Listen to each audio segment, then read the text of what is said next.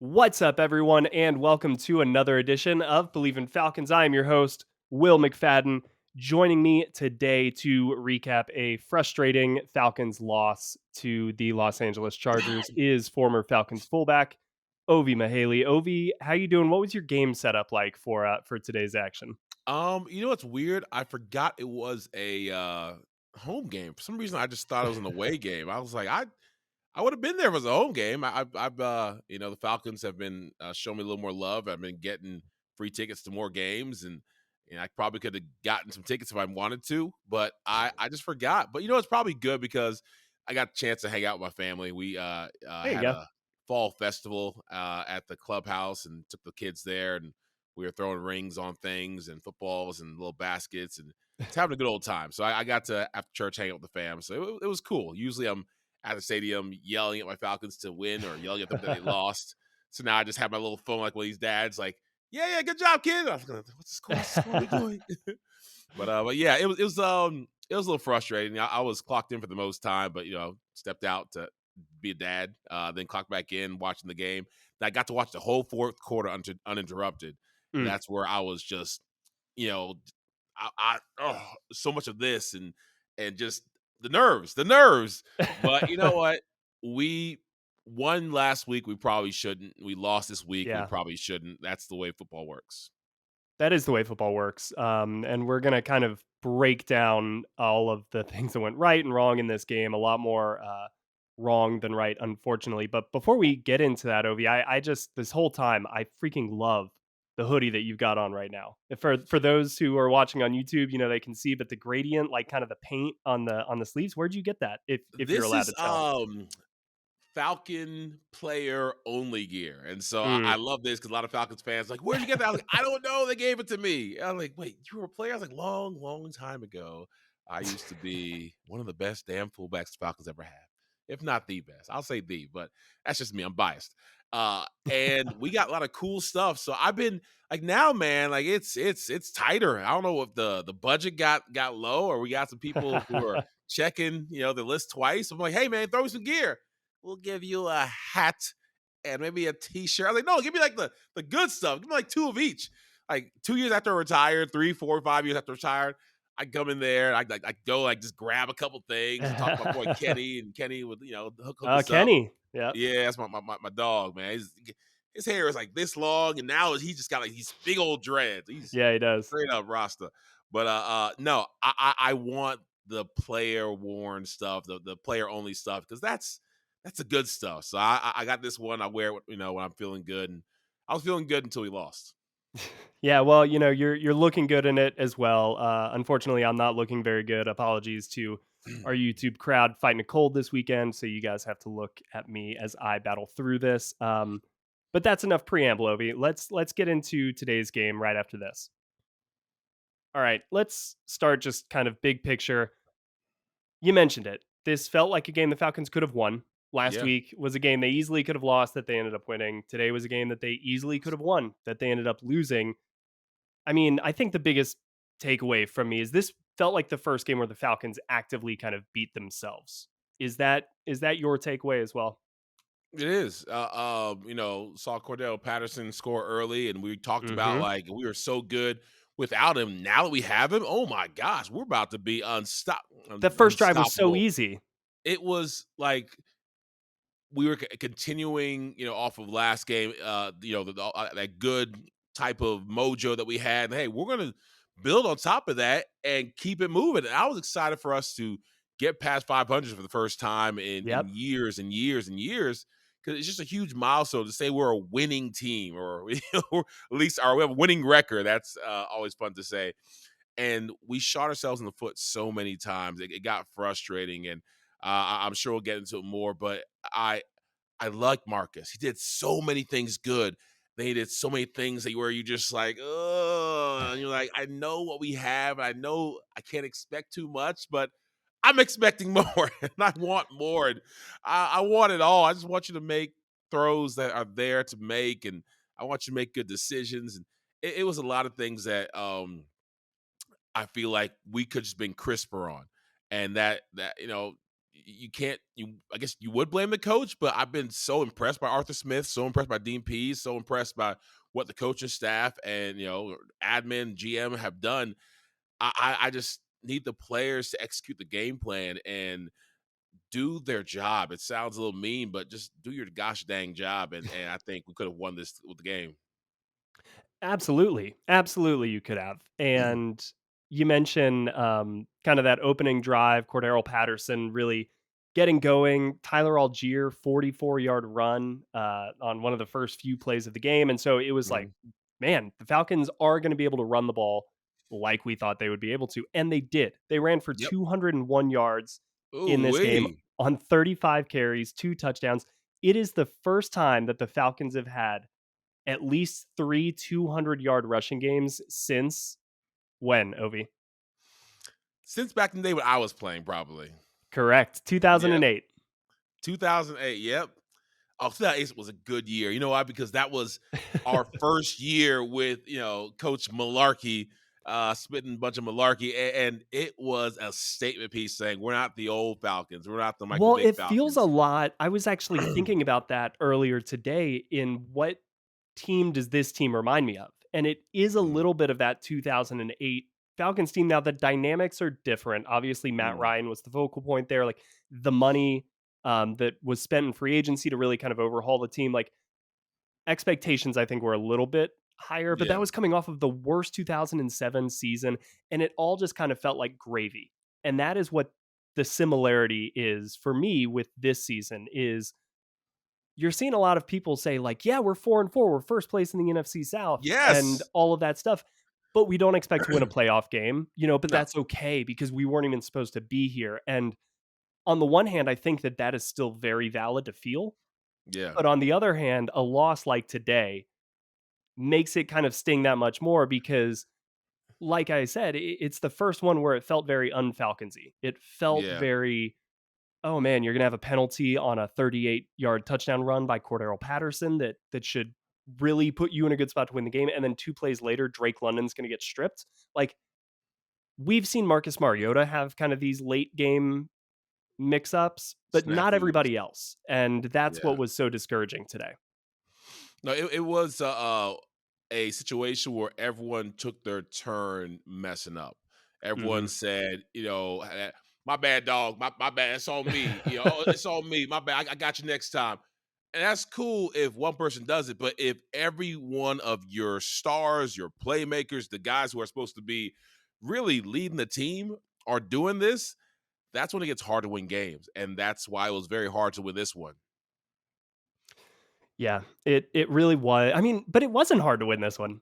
Like Well, that's yeah, it so to should speak. have been it Yeah. should have been easy. And honestly, as I was even thinking about kind of what really swung this game, the easy answer could be third down. But Arthur Smith after the game really said that outside of just one drive, the Falcons kind of liked what they did defensively against this team. I mean, this is a pretty potent Chargers offense that Yeah. the Falcons did hold to 20 points. And it was really that long touchdown drive that they had where they overcame a few third and longs that allowed them to get right back into this. Kind of was a gut punch and really wore down the Falcons defense, which led to more issues at the end of the second half and Yep. really got the Chargers back into it.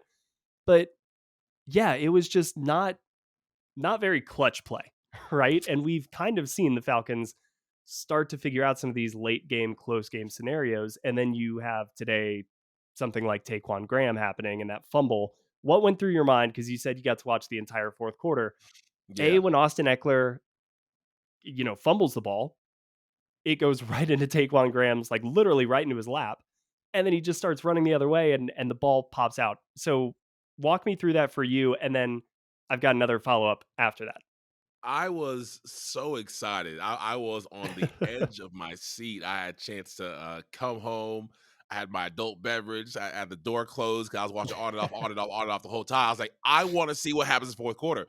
So I was standing up, yelling at the TV. I was like, go, go, go.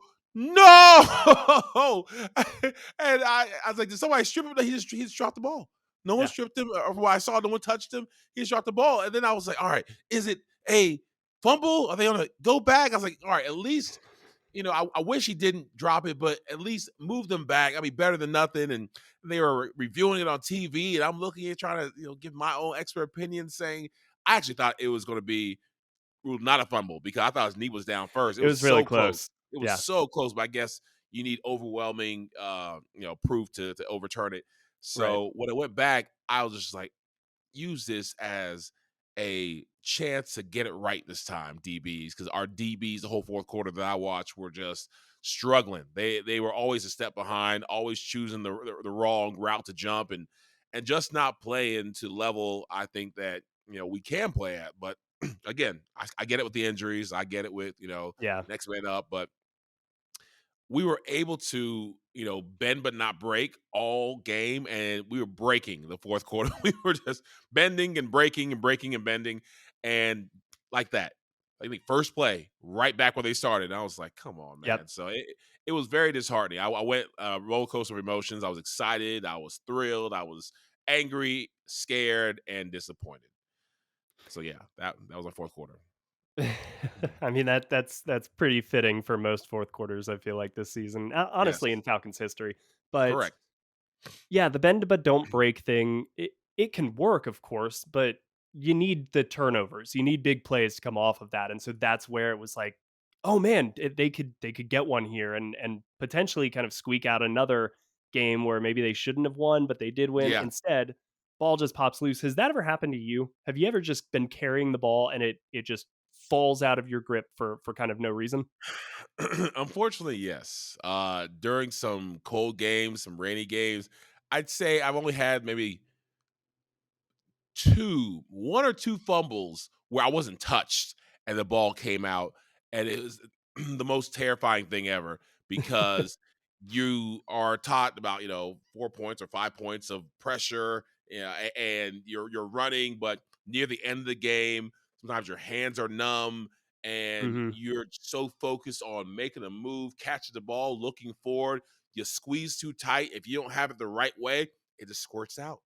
Yep. It just squirts out, and that time slows down. You're just like looking for the ball, seeing where it is, and you just can't seem to move fast enough. You're going in slow motion. Everyone else is speeding up. It's just a bad feeling. And the camera was cutting to the guy who fumbled it. I forget his name. Saquon Uh, Graham. yeah, and his face was just blank. His face was just It's blank. yeah. He was just, and I hats off to him for not, breaking down and handing his head, because you gotta, hey, next play, next play. I gotta be able to do whatever I can to help the team.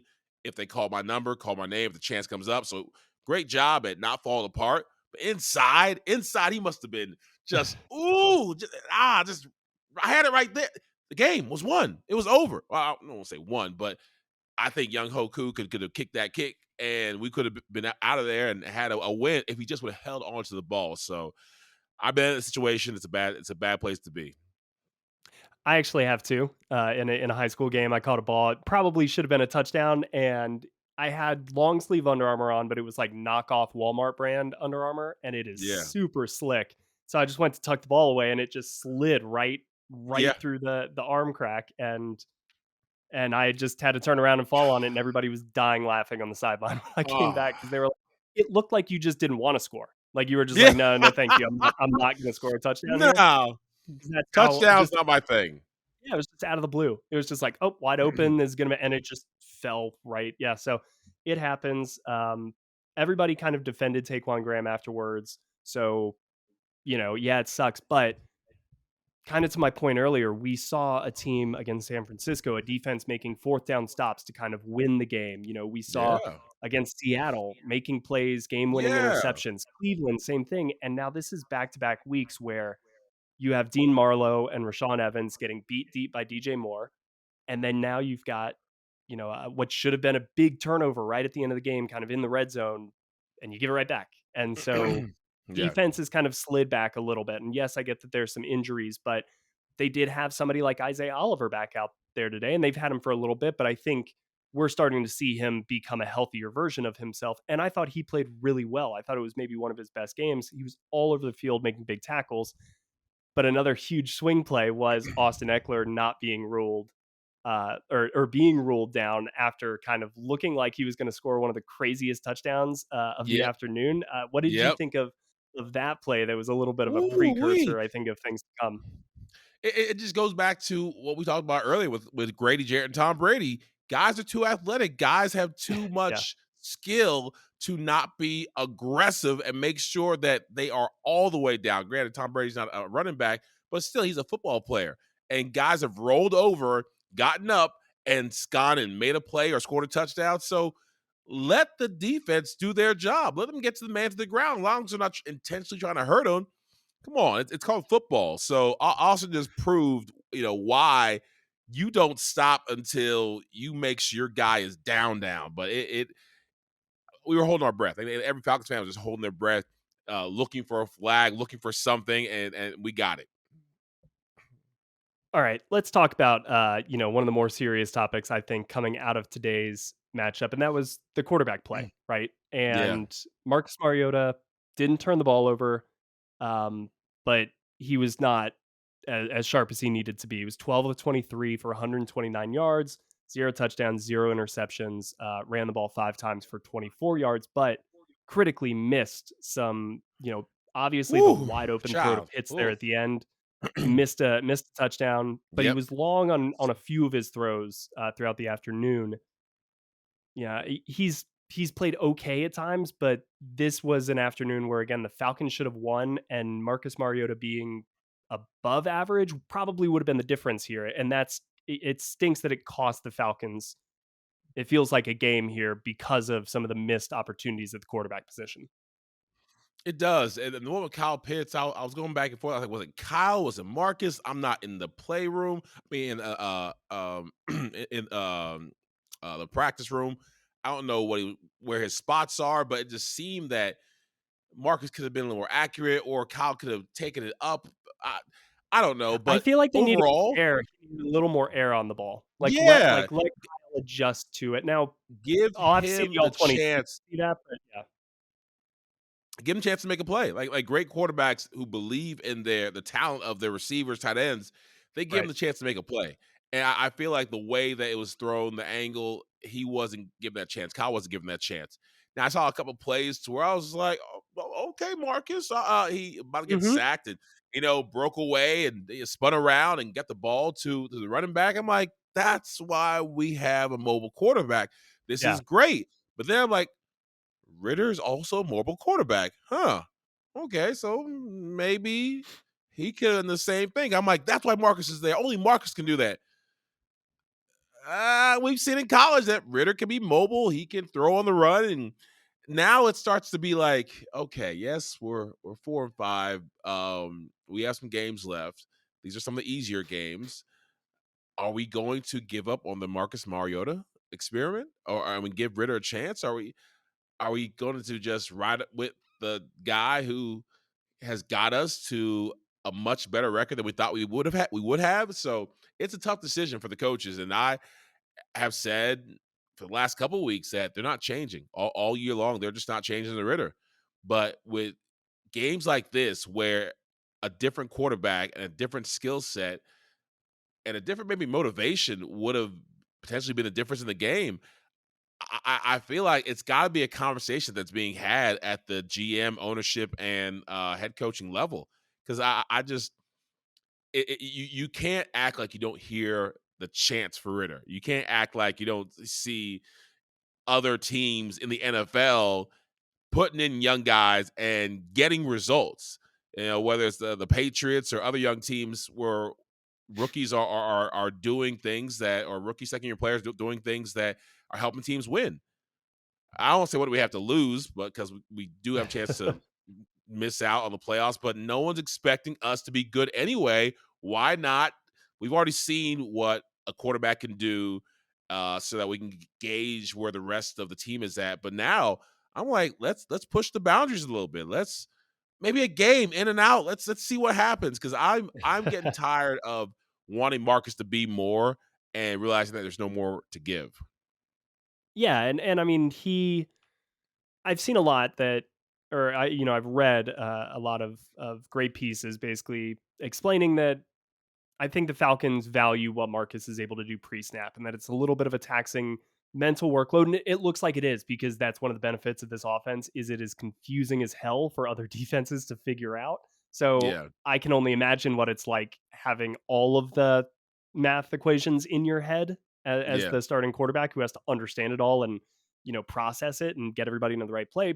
But there just isn't really the demand on a quarterback's arm in this offense to where I think that putting in a rookie quarterback is going to be such a great detriment. Like the Falcons are only throwing the ball 20 times a game. I That can't part. imagine I can't imagine that putting the ball up there, like there's not a whole lot of risk, I guess is what I'm trying to say, because you're not relying on the arm of your quarterback to win you and lose you games. Now it can be a big benefit because if you connect on just one or two of these deep shots, that's Yeah. probably enough to win you a game today. Like that is probably if one or two of those deep passes flips the field, you come away with at least a field goal.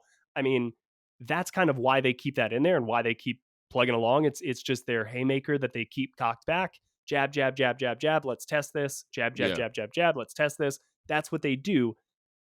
And when you don't connect on them, that is going to be, really hard to overcome. So did they run the ball enough for you today, Ovi?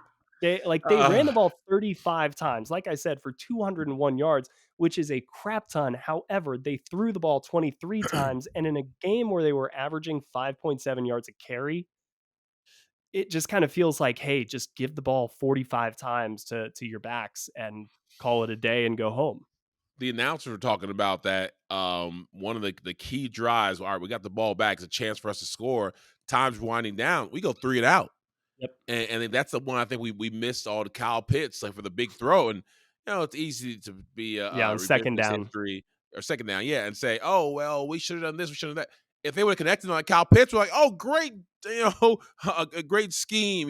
Got to mix it up and Right. don't just Yep. run. You got to throw some passes.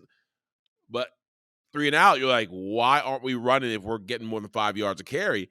And I Yeah. would kind of have liked to see us burn the clock down, run the ball with our horses that we have that are doing so well, and just kick a field goal, call it a day, be done. But no, we missed on Kyle, had some other mistakes, and they got the ball back and they did their thing. It was frustrating. So I'm happy to see us go over 200. I'm happy to see the run game do what it's been doing, but I'm not happy that we're not going to our strengths when we need to most and relying on what we know without a shadow of a doubt we can do, which is run the ball.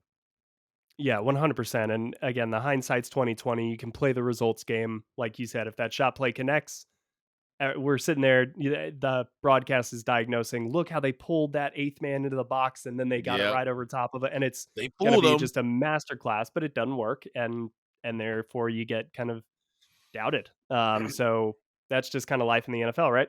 Yep. Let's flip the page, like the Falcons will have to do very quickly, and look ahead to Thursday. Carolina, the Falcons just saw them. One of the crazier games. Falcons got another crazy game. The Panthers today were blown out by the Cincinnati Bengals, so they Wow. kind of got a little bit of a head start on their rest and preparation for Thursday because I saw that they pretty much were clearing the benches at the end of the third quarter in that game. It was a Wow. 42-21 blowout that was not even close for most of the action. However, notable, Baker Mayfield came in relief duty, looked really good, 2 touchdown passes. Again, kind of in relief duty against probably not the Bengals top tier. Game plans are changing at that point. The Bengals are in a defense that's probably going to allow a lot more completions just to keep the clock moving and in the middle of the field. That being said, what I want to ask you, Ovi, is as a former player, I know that Thursday night games were just kind of starting to get into the league Yeah. during your run here in Atlanta, but did you play in any of the Thursday night games? And what is that like going from a Sunday to a Thursday? And how quickly do you have to flush everything? So really, those Thursday night games were rough because we haven't recovered from all the bruises, from the beating, from the fatigue. Lactic acid still, in our thighs and our legs. Uh, it's not a chance to watch the film, prepare for guys like me who, I like to get an edge, especially my older years on the linebackers, the defensive ends, know when the safeties are shifting, what's coming, the blitzes. And so because you don't get that time to prepare, you're just going off of instinct. You're going off of talent. Usually the teams on Thursday who have uh, the higher caliber players win just because you're not going to outmaneuver the other team most likely. And because everyone's fatigued, everyone's gonna be a little bit more tired because you don't have those extra days. It's just the better conditioned team, the better coach team, the more talented team is the one that wins. And that was us sometimes. Sometimes it wasn't. But I just hated Thursdays. Glad it only happened once a year. So would you rather be the team coming off of an absolute blowout where you basically did get most of the second half off, or a right down to the wire kind of last Oh, second field it's goal loss? That's easy, a blowout, Yeah. because we're going to be motivated to clear that as soon as possible. I knew it was a extra something when we got blown the crap out, and it was just that nasty taste in your mouth of just losing, and the Yeah. media's talking this, and the fans are talking that, and teammates, we kind of feel unsure about ourselves. Are we that terrible? Are we that bad? What's wrong with us? Like, you look at your hands, like, you can catch footballs, right? Come on, you can block, right? But you're not doing it. So you want to just, prove to yourself that you still got it. So you're going above and beyond. You're doing a little bit extra. And I remember games specifically where I feel like I missed blocks, or I didn't move my guy as much as I needed to, or I didn't hold my block as long. The next game, I'm overcompensating. I'm putting my guy in the dirt, Mm. putting my forearm in his chin and making sure that he stays down, or, I'm hitting the guy trying to hit him and the guy behind him. I'm just trying to go in. So when you get blown out like that, you have a chip on your shoulder. So I'd much rather have that be the case, and plus the extra rest, which happens for the other guys. Fullbacks, winning or losing, we're still in because usually carry one of us. So no such thing as extra rest if we're getting blown out, or if we're winning by a whole lot. No, I'm playing to the last second. I think maybe my Pro Bowl year, a couple games where we were doing well, they took me out, put like a tight end in for me, but we don't carry back a fullback most of the time. There's not a Yeah. three fullbacks on a team where you can just throw the second or third guy in. Nah. Knowing you, and you'd be like, don't take me out of the game, just give me the ball. Like, just Yeah, there you yeah, go. if it's a That blowout, let me handle the rock, right? and that happens sometimes too. It There was you fun. go. I had to beg Mike Mularkey. I was like, "Hey, Mike, now's the time. 32 dive." He's like, "It's first and like 15." I was like, "Yeah, 32 dive, or it's second and 15." For no reason, he'd give it to me, and I would get like 4 or 5 yards. I There you even go. broke a couple. I had like a 12-yard run. I was like, because I was just so amped to be getting touches, because usually I'm the blocking guy that helps Jarius or Mike or Wark or Yeah. Jamal or anybody not named Ovie score. Well, it was always fun when you got the ball, so we enjoyed it. But that mentality is really, I think, telling as to why the Falcons didn't lose back-to-back games for so damn long under Mike Smith. You know, Yeah. it's that rebound mentality. I would think that the Falcons would be in a better spot to rebound had they not just played Carolina, because I think Atlanta's offense would be very, very hard to prepare for, if not impossible, Yeah, short week. But the Panthers just saw it, and so I I know. think I think the Falcons, like, baseline offense, they're like, "We're gonna strip it back and go back to kinda just the simple stuff for a Thursday night game." Yeah. I still think that that's very complex, and very multiple, but again, the Panthers just saw it. So, I mean, we'll see, but I think it's a real toss-up kind of at this point. Nobody knows coming into this one, just because the 2 teams were so close last time, and anything can happen week to week. Real quick, let's take a look around the other game in the division. Tampa Bay ends up pulling out a 3-point win over the Los Angeles Rams. So with the Falcons' loss, Tampa Bay is now tied again with them atop the division and has the head-to-head tiebreaker. So another week of this, Ovie, we'll be talking about first place in the NFC South, how the NFC South is not very good. New Orleans could join them atop. They play tomorrow night against Baltimore, I guess your tonight, listener. So yeah, what do you make of this division 9 weeks in? We're supposed to win the games that we can win because we want to stay above of Tampa Bay Buccaneers because Tom Brady is still Tom Yep. Brady, and he could at any time switch it back on, and the 5, 8, 12 Super Bowls he's won could all re-energize. He probably goes home at night and just puts them on like the Green Lantern, puts on these darn rings and just powers He's up. like the living It's the like living Undertaker gif where it's like the he coffin is. just swings open and he comes busting out. Yeah, no, I agree. I think Tom Brady absolutely is the living embodiment of the Undertaker gift. He is a guy who we do not want to stay neck and neck with because once he Right. gets his act together, it's going to be very difficult for us to play at the level, obviously, a quarterback that Tom Brady can because he can take over a game, take over a team, and is the epitome of what not a good quarterback, but a Hall of Fame quarterback can do for a team. We can win Super Bowls. We Yep. don't have that. We know we don't have that. So if we can kind of stay a step or two ahead, beating teams we should beat, like the Chargers, I think that's a good thing. Yeah, but you can't let games like today slip away. And that's what the Falcons did. There's no skirting around that. 2017 loss in a game that was extremely winnable, and now they're right back in the thick of things. We'll have to see what happens with New Orleans against Baltimore, but yeah, it doesn't look like this is going to get comfy anytime soon, Ovi. So we I was will. hoping so. I was thinking, I ooh, know. we're on top of the NFC South, and maybe we can get a game lead. If we win, everybody else loses. We Hmm. can beat the Chargers, and it can be exciting saying that. All right, we now got a little bit of room to get loose and feel Yeah. comfortable. No, I mean, none of that. there's a world where they beat the Chargers and then they turn around Thursday night and they beat Carolina. And it's like, then you go into a long week on a 3-game win streak. And it's starting to feel like 2016 all over again, where you're like, hey, a late year run, can Yeah, something happen? And instead, no, it's the exact opposite. So we will have to wait and see. Luckily, it's not a very long wait for the Falcons to get back out there and redeem themselves. They will get a national audience on Thursday Night Football for this one. So stay tuned. We will have another show coming earlier in the week to preview that and kind of break down the Falcons at the midpoint of the year. I have no idea where the midpoint is anymore, Ov, because we have 17 games. So we're doing it this week because you don't need another Panthers preview. You just saw them play. So we'll do something a little bit different.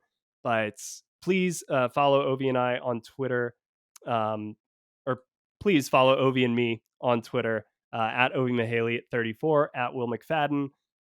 Please let everybody know where to find our show, wherever you get your podcasts. Like, subscribe, rate, review, all of that good stuff. Ovi, any last words before we get out of here? nah, man. I want at least one time a season for us to get above 500. We don't have to Yeah, stay there. I'd right? like we stay there, but I just want to see it happen because it's time, and we can do it. We have teams we can beat the rest of the season. We just got to play our game. So I'm hoping that this is a go ahead and clear it, and let's get back to some Falcon football, the Yep. good kind of Falcon football. Good kind. Falcons have not been above 500 since the 2017 season, which coincidentally is when I started covering the Falcons. So it's been a while. Yeah, Maybe I'm a bad luck charm, but they did go to the playoffs that year, so maybe not. there you But go. yep. All right, that will do it for today's podcast, which was presented by Bet Online. Again, stay tuned for another show dropping early in the week ahead of Thursday night's game. But until then, everybody, take care.